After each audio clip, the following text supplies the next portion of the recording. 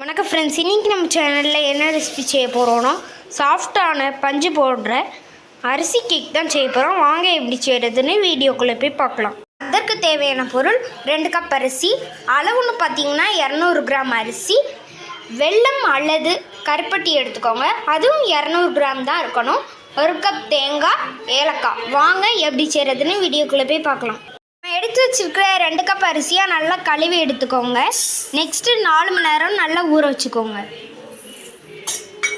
இப்போ 4 மணி நேரம் ஊற வச்சு எடுத்து வந்தாச்சு. இதை ஒரு மிக்சி ஜாரில் போட்டு நல்லா மையாக அரைச்சிக்கலாம். எந்த கப்பில் அரிசி அளந்தோமோ அதே கப்பில் 1 கப் தண்ணியை ஊற்றிக்கோங்க.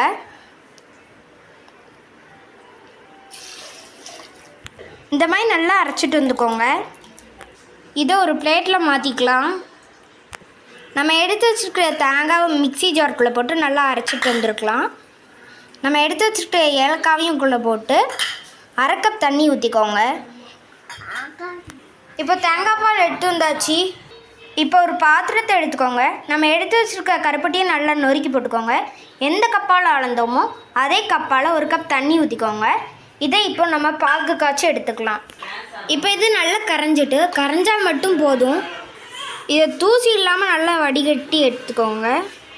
அரிசி அரைச்சி வச்சுருக்கோம், அது கூட 1 கப் தேங்காய் பால் ஊற்றிக்கோங்க. அது கூட 2 கப் கருப்பட்டி பாகு ஊற்றிக்கலாம். கொஞ்சம் சூடாகவே இருக்கிற மாதிரி சேர்த்துக்கோங்க. அதை நல்லா மிக்ஸ் பண்ணிக்கோங்க. இந்த மாதிரி நல்லா மிக்ஸ் பண்ணிக்கோங்க.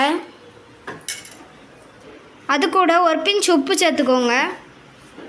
1/4 டீஸ்பூன் சோடாப்பூ சேர்த்துக்கோங்க. அது கூட இப்போ அதை நல்லா மிக்ஸ் பண்ணிக்கோங்க. ஸ்டவ்வில் ஒரு அடிகனமான பாத்திரம் வச்சுக்கோங்க. நம்ம குக்கர் வச்சுருக்கோம், அதில் 1 ஸ்பூன் நெய் சேர்த்துக்கோங்க. நெய் அல்லது ஆயில்.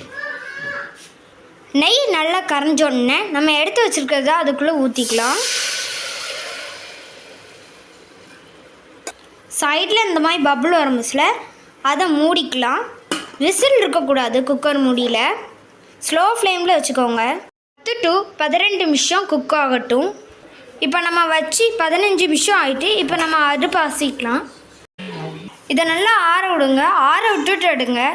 இப்போ நம்ம ஆற வச்சு எடுத்து வந்தாச்சு. அரிசி கேக் ரெடி. பஞ்சு போன சாஃப்டான அரிசி கேக் ரெடி. வாங்க டேஸ்ட் பண்ணி பார்க்கலாம். இந்த வீடியோ உங்களுக்கு பிடிச்சிருந்தால் லைக் பண்ணுங்கள், ஷேர் பண்ணுங்கள், சப்ஸ்கிரைப் பண்ணுங்கள். நீங்களும் இதே மாதிரி வீட்டில் ட்ரை பண்ணி பாருங்கள். தேங்க்யூ.